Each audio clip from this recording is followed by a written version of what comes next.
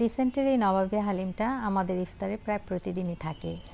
অন্যান্য হালিমগুলো যেমন মাংস আর ডালটা একটু আলাদা থাকে, তো আমার আর আমার শাশুড়ি কিন্তু সেটা খুব পছন্দ।